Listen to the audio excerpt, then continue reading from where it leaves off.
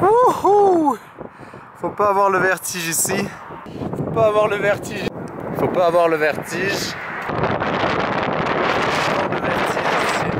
Waouh! Faut pas avoir le vertige.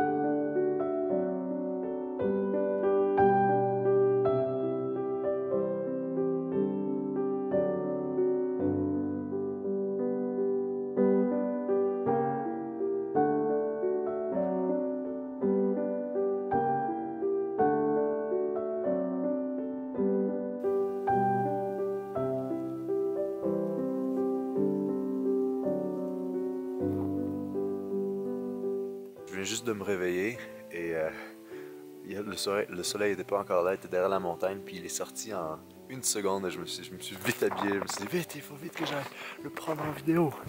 Ce qui est vraiment beau.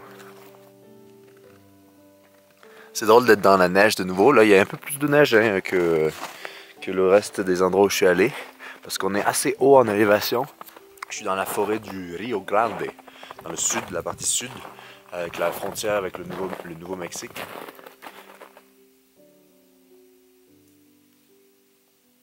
Et hier, j'ai encore fait l'erreur d'arriver de nuit. Et je m'en veux parce que je sais pas, ça m'a stressé d'arriver ici et de ne pas voir en fait l'environnement avant de me poser. C'est une erreur que je fais souvent et que je dis toujours de ne pas faire, mais que je la fais quand même. C'est d'arriver de nuit dans une forêt comme ça, parce qu'on sait pas quel genre d'arbre il y a. Maintenant là je me suis mis vraiment très proche de cet arbre là, puis c'est pas très sécuritaire. Je savais pas ce qu'il y avait de ce bord là, donc je suis arrivé par là. Il y a une petite route forestière ici pas loin, mais finalement c'est pas si pire, c'est en fait un bon spot, mais il faut que j'arrête. En fait c'est que le soleil se couche tellement tôt, autour de 4h30. Hier, j'ai passé plusieurs cols sur la route et donc ça m'a vraiment, pas stressé, mais j'étais vraiment concentré sur la route et ça m'a quand même un peu fatigué. Et je suis arrivé ici et dans la neige, puis finalement voici le petit spot. Il fait chaud là, ça fait du bien. Dehors. Alors peut-être je vais vous montrer comment le lit est fait en fait tous les matins. C'est quoi la routine? C'est je dors dans mon lit. Dedans je mets mon pyjama, mes affaires de coucher.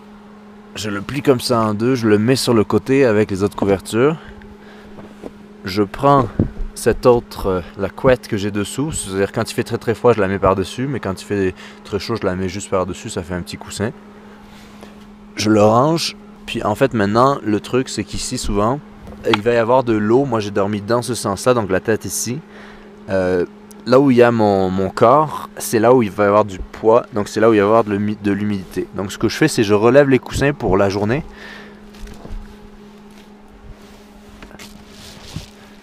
Bon, il suffit que je le dise pour qu'il n'y en ait pas. Donc il n'y en a pas, il n'y a pas d'humidité, c'est une très bonne chose, je pensais qu'il y en aurait. Et là je mets la petite planche de bois ici, comme ça relève un peu les coussins. Et après je mets ce petit coussin là. Le petit coussin de la part.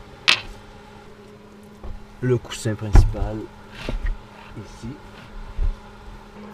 Et ensuite, eh bien voilà ma petite installation. Donc j'ai cette couette là que j'ai ramenée de Montréal et elle prend beaucoup de place, donc j'ai plus que cette partie là maintenant. Mais je vais la garder du temps que je sens que les températures sont froides. Et ça me dérange pas vraiment, à part que ça prend de la place. Mais ça me dérange pas d'avoir ça au cas où il fait froid. Et je m'en débarrasserai sûrement à un moment ou à un autre. Quand ce sera le temps d'être un peu plus estival. Oh, il y a plein de neige qui tombe. Ici c'est comme la vallée en fait du sud de la forêt nationale du Rio Grande. Et c'est vraiment... c'est très très très sauvage, on est vraiment tout seul dans la forêt là. Regardez-moi ça, c'est belle vue des montagnes là. Qu'est-ce que c'est beau. Un petit lapin. Ça je sais pas ce que c'est comme trace. Mais c'est vraiment vraiment une belle marque. Aucune idée, c'est pas moi qui l'ai fait, hein, je jure, c'est pas moi qui ai gratté. C'est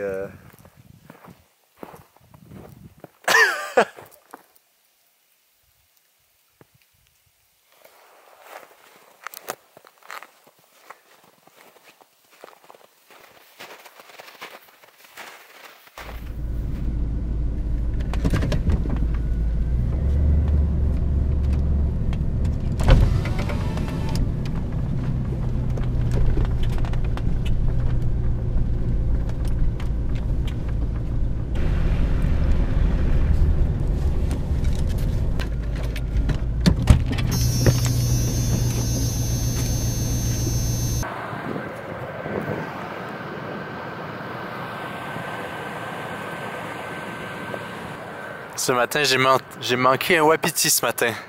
Ah, damn it!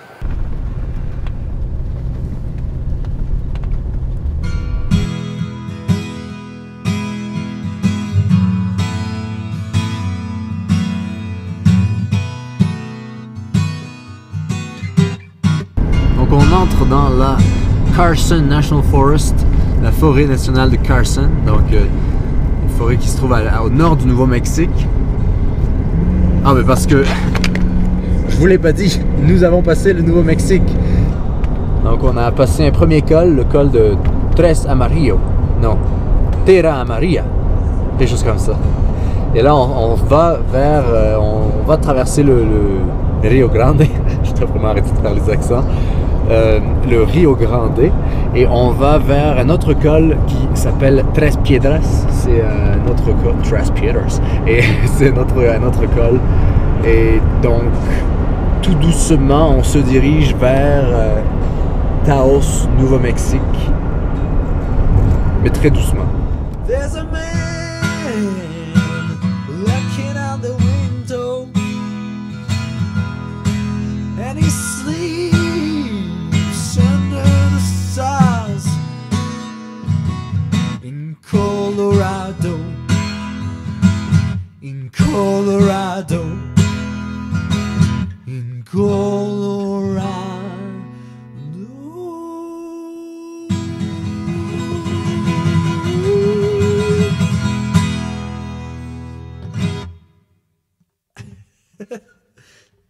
Tout d'un coup, je vois des maisons que je reconnais. Je sais pas pourquoi, je dis mais ça me semble familier. Je dis mais c'est pas des Earthship. Là, une maison, deux maisons, trois maisons, et c'est tout un village de Earthship. Vous vous souvenez, les Earthship, j'avais fait plein de reportages dessus l'an passé. Il y a bientôt 2 ans en fait. Et je vous mettrai les liens dans la description pour ceux qui nous joignent récemment, pour voir un peu qu'est-ce que c'est les Earthship. Et en fait, je vous avais parlé, et j'en parle dans le livre aussi, toute cette histoire autour d'une école sur comment construire des habitations qui soient durables et adaptées au froid, au chaud et tout ça, qui utilisent l'énergie passive et tout ça. Et je suis comme, mais je connais cet endroit. Et en fait, c'est Earthship Biotexture, le village où il y a l'école de Michael Reynolds, le fameux fondateur et lanceur de toute l'idéologie du Earthship.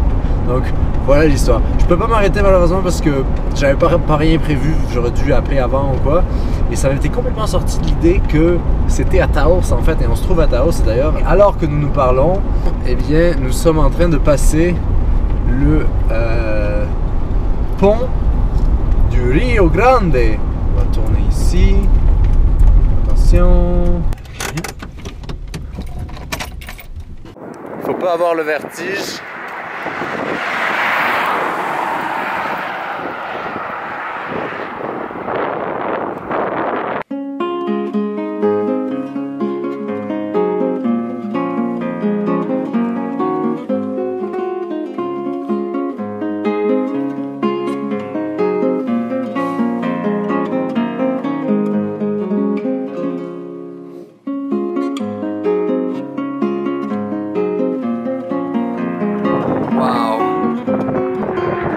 Voici le Rio Grande qui descend vers le sud comme ça.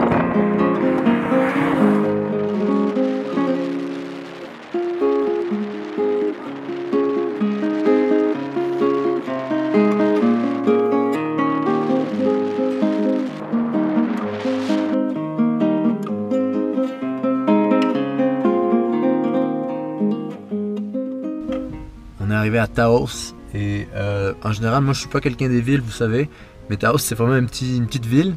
Et tout le monde m'a fait comme dire oh va voir Taos, va voir Taos. Donc ben on va donc aller voir Taos.